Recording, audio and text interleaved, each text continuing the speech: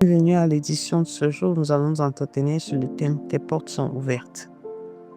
Et le passage que nous examinerons est tiré du livre d'Ésaïe au chapitre 60, verset 11. Il est écrit « Tes portes seront toujours ouvertes. Elles ne seront fermées ni jour ni nuit, afin de laisser entrer chez toi les trésors des nations et leurs rois avec leur suite. »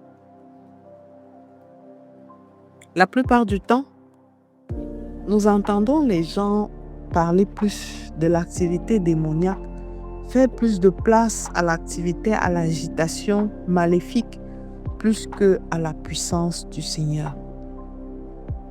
Jésus-Christ est mort et ressuscité pour nous. Dans notre précédente édition, nous avons vu comment il a cloué à la croix tout ce qui pouvait nous retenir captifs, tout ce qui pouvait nous empêcher de nous rapprocher de lui et tout ce qui pouvait nous maintenir liés. Bien-aimé, Dieu a payé le prix afin que tu sois libéré de la malédiction, afin que tu sois libéré de la culpabilité, afin que tu sois libéré de toute chose qui t'empêchait de continuer à croire, de continuer à vivre, de continuer à communier avec Dieu. C'est de cette bonne nouvelle que l'apôtre Paul parle. C'est de cette bonne nouvelle qu'Ésaïe parle. C'est de cette bonne nouvelle que l'Éternel veut que nous portions à son peuple. C'est cette bonne nouvelle qu'il veut que nous portions aux oreilles de ses fils et filles. Tes portes seront toujours ouvertes. Si tu crois que Jésus est mort et ressuscité, si tu crois qu'il a payé le prix à la croix, si tu crois que tout est accompli, elles ne seront fermées ni jour ni nuit. Alors arrête de donner l'intérêt, de porter intérêt à tout ce qui ne marche pas. Parce que ça, c'est l'œuvre du diable.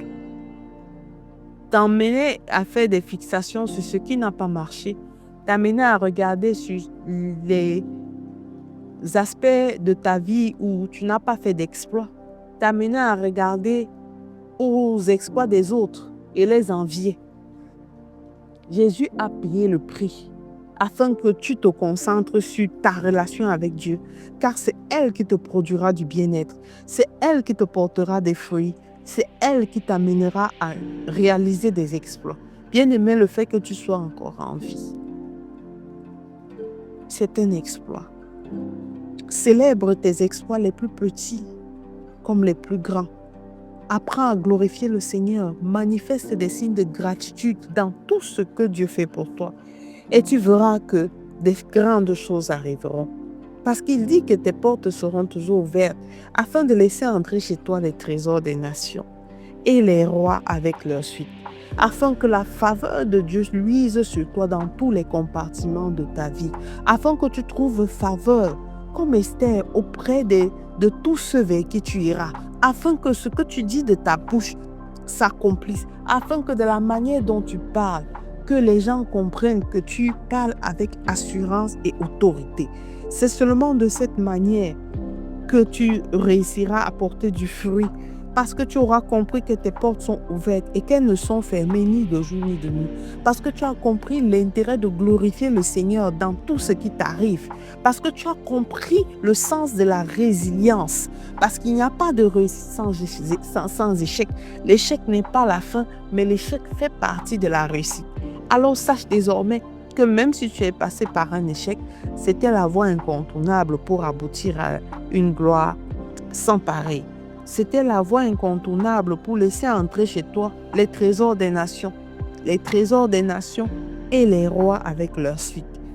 Bien-aimé, sois sensible à la voix du Saint-Esprit.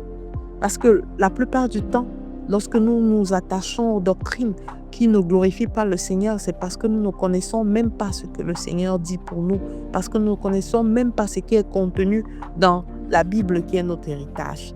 Ne laisse pas la peur te gagner. Ne laisse plus la frustration t'engloutir.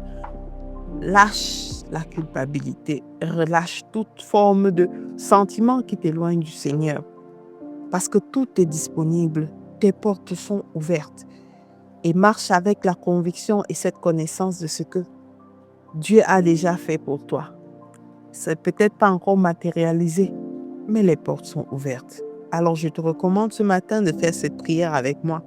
Père éternel, merci pour la voie que tu as tracée pour moi, par ton sang précieux que tu as versé sur la croix.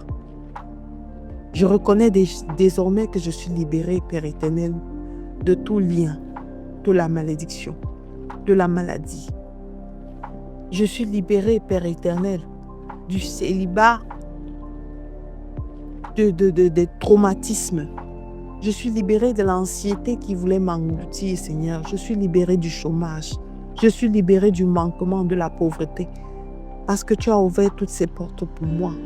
Et je te glorifie. Merci pour cet héritage, Père éternel, que tu me donnes. Cette assurance qui, par la foi, me permet de saisir toutes tes promesses. Béni sois-tu, toi qui vis et règnes d'éternité en éternité. Je veux demeurer, Père éternel, sous ton abri et m'abreuver chaque jour à ta parole. Au nom de Jésus-Christ, nous avons prié. Amen, amen, amen. Tes portes sont ouvertes. Ne doute surtout pas. Shalom.